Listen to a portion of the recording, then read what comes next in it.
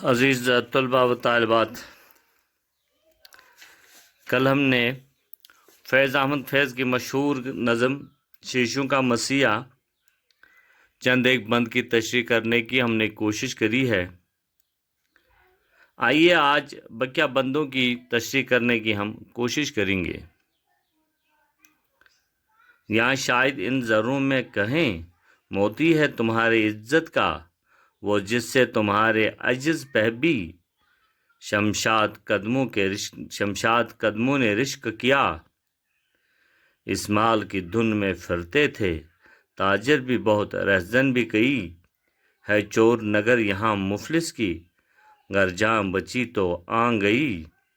یہ ساگر شیشے لال و قہر، سالم ہوں تو قیمت پاتے ہیں، یوں ٹکڑے ٹکڑے ہوں تو فقط چبھتے ہیں، لہو رلواتے ہیں۔ یادوں کے گرے بانوں کے رفو پر دل کے گزر کب ہوتی ہے، ایک بیکھا ادھیڑ ایک سیاہ، یوں عمر بس کب ہوتی ہے، یوں عمر بسر کب ہوتی ہے۔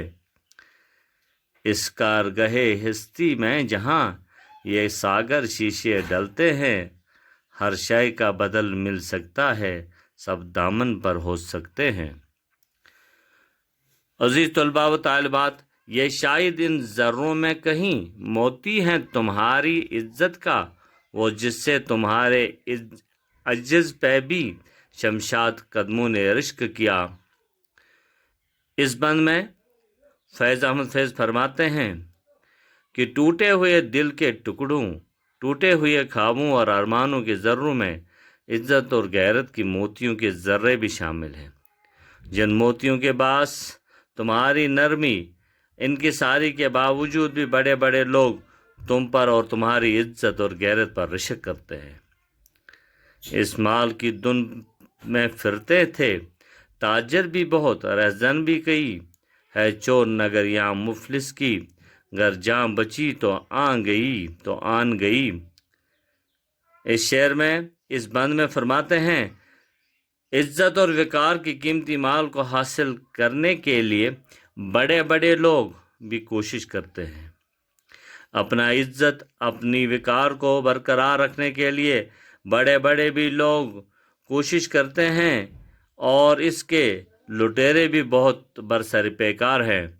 یہ دنیا تو ایک چور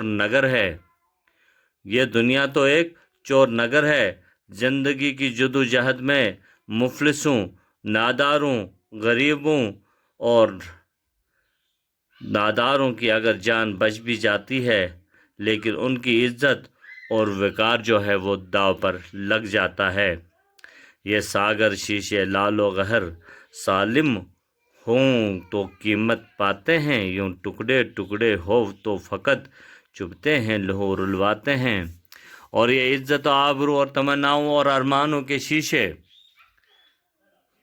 یہ عزت، آبرو، تمناؤں اور ارمانوں کے شیشے، یہ ہیرے موتی اگر ٹوٹنے سے بچیں تو ان کی قیمت جو ہے وہ برابر ہوتی ہے، لیکن اگر یہ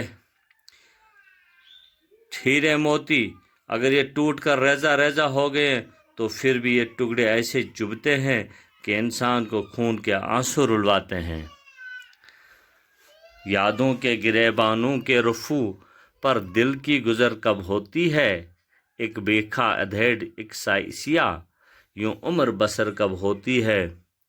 اس بند میں فرماتے ہیں کہ اگر انسان بیتی یادوں کے زخموں کو بھرنے کی کوشش کرے، بیتے ہوئے دنوں کے زخموں یعنی کہ بیتے ہوئے یادوں کے زخموں کو بھرنے کی کوشش کرے، لیکن اس سے دل کا گزارا نہیں ہو سکتا ہے، دل کے رگوں کا مداوع ممکن نہیں۔ دل کے چاک ہوئے گریبان کو ایک جگہ سے سینے کی کوشش کی جاتی ہے تو یہ دوسری جگہ سے پھٹ جاتا ہے، اور اس طرح زخموں کے رفو کرنے کا ناکام کوشش میں زندگی جو ہے وہ بیت جاتی ہے۔ اس کارگہے ہستی میں جہاں یہ ساگر شیشے ڈلتے ہیں، ہر شے کا بدل مل سکتا ہے، سب دامن پر ہو سکتے ہیں۔ جیسے کہ آپ جانتے ہیں کہ اس دنیا کے کارخانے میں جہاں یہ خواہشوں اور ارمانوں کے شیشے تیار ہوتے ہیں، ہر چیز کا متبادل موجود ہے، دامن بھرنے کا سامان میسر ہے، لیکن جو ہاتھ بڑے یاور ہے یہاں، جو آنکھ اٹھے وہ بختاور، یہاں دن و دولت کا انت نہیں، یا دن دولت کا انت نہیں، ہوگات میں ڈاکو لاکھ مگر۔ اس شعر میں اس بند میں فرماتے ہیں کہ اس دنیا میں تو جو خود ہاتھ آگے بڑھاتا ہے، آنکھ اٹھا کر دیکھتا ہے، اپنی معاشی تلاش کرتا ہے، اپنی زندگی کے ساتھ جدوجہد کی کوشش کرتا ہے، وہی اپنے لیے مدد حاصل کر سکتا ہے اور خوش قسمت ہو جاتا ہے۔ اس دنیا میں لٹیرے اور ڈاکو کثرت سے ہونے کے باوجود بھی دن دولت کی کمی نہیں ہے۔ کب لوٹ جھپٹ سے ہستی کی دکانیں خالی ہوتی ہیں، یہاں پر پربت پربت ہیرے ہیں، یہاں ساگر ساگر متی ہیں۔ لٹیروں اور ڈاکوں کی لوٹ کھسوٹ کے باوجود بھی اس دنیا کی دولت سے بھری دکانیں خالی نہیں ہو سکتی ہے۔ اس دنیا میں تو مال و دولت کی کوئی کمی نہیں ہے، ہر پہاڑ ہیرے جواہرات سے بھرا پڑا ہے اور ہر سمندر موتیوں کا خزانہ ہے۔ گویا دنیا میں دولت کی کمی نہیں ہوتی ہے، گویا دنیا میں دولت کی کمی نہیں ہے۔ کچھ لوگ ہیں جو اس دولت پر پردے لٹکائے پھرتے ہیں، ہر پربت کو، ہر ساگر کو نیلام چڑھائے پھرتے ہیں۔ اس بند میں فیض احمد فیض کی اشتراکی نظریے کی زیر اثر وہ فرماتے ہیں کہ اس دنیا میں کچھ لوگ ہیں جنہوں نے مال و دولت کو اپنے لیے جمع کر کے رکھا ہے اور وہ اسے ہوا بھی نہیں لگنے دیتے ہیں، انہوں نے اس پر پردے ڈالے ہیں۔ یہ سماج کا وہ طبقہ ہے جس سے اشتراکی زبان میں سرمایہ دار، استحصال کرنے والا طبقہ کہتے ہیں۔ اس طبقے نے دنیا کی پوری دولت اپنے لیے سمیٹنے کو اپنی زندگی کا مقصد بنایا ہے۔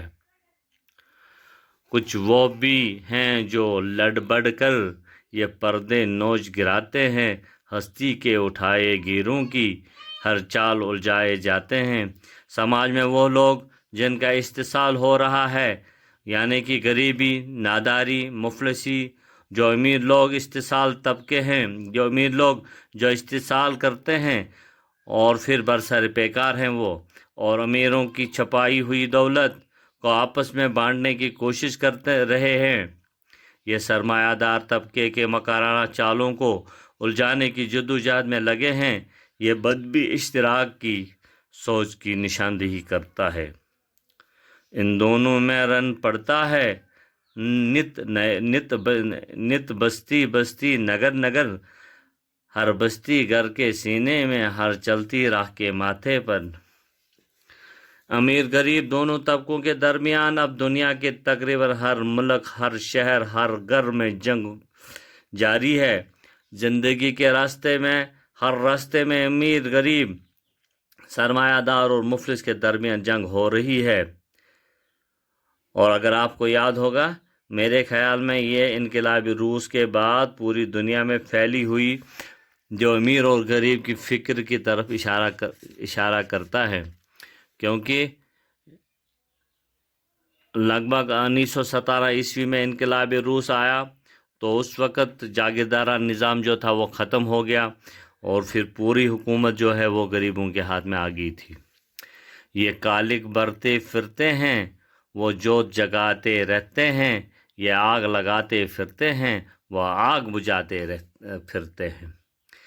سرمایہ دار طبقہ عام لوگوں کی زندگیوں میں آگ لگانے کی کوشش کرتے ہیں، ان کی زندگیاں اندھیرے کرنے کی کوشش میں لگے ہیں، اور غریب اور مفلس طبقہ اندھیرے میں روشنی پھیلانے کی کوشش کر رہا ہے۔ سرمایہ دار لوگ آگ لگائے جا رہے ہیں اور غریب اس استحصال کو آگ بجھانے کی کوشش میں لگے رہے ہیں۔ سب ساگر شیشے لال و گہر اس بازی میں بچ جاتے ہیں، اٹھو سب خالی ہاتھوں کو اس رن سے بلاوے آتے ہیں۔ یہ آخری بند ہے اس کا، کہتے ہیں اس میں لکھتے ہیں فرماتے ہیں فیض احمد فیض، وجود کو قائم رکھنے کی جنگ میں انسان کے ارمانوں اور خواہشوں کے ہیرے موتی شیشے داو پر لگ جاتے ہیں۔ اس امید پر جنگ میں غریبوں ناداروں کو جن کے ہاتھ خالی ہیں بلاوے آتے ہیں کہ آؤ وجود کو قائم رکھنے اور اپنے حقوق حاصل کرنے کی جنگ میں کود پڑو اور صدیوں سے استحصال کرنے والوں کو کچل کر اپنا حق حاصل کر لو۔ عزیز طلباء و طالبات، اسی کے ساتھ ہی شیشوں کا مسیحا کے پورے بندوں کی ہم نے تشریح کرنے کی کوشش کری ہے۔ جہاں کہیں مشکلات ہو پڑھیے، غور سے سنیے، جہاں کہیں پھر مشکلات ہوگی ہمارے ساتھ آپ رابطہ قائم کر سکتے ہیں۔ تب تک کے لیے اللہ حافظ۔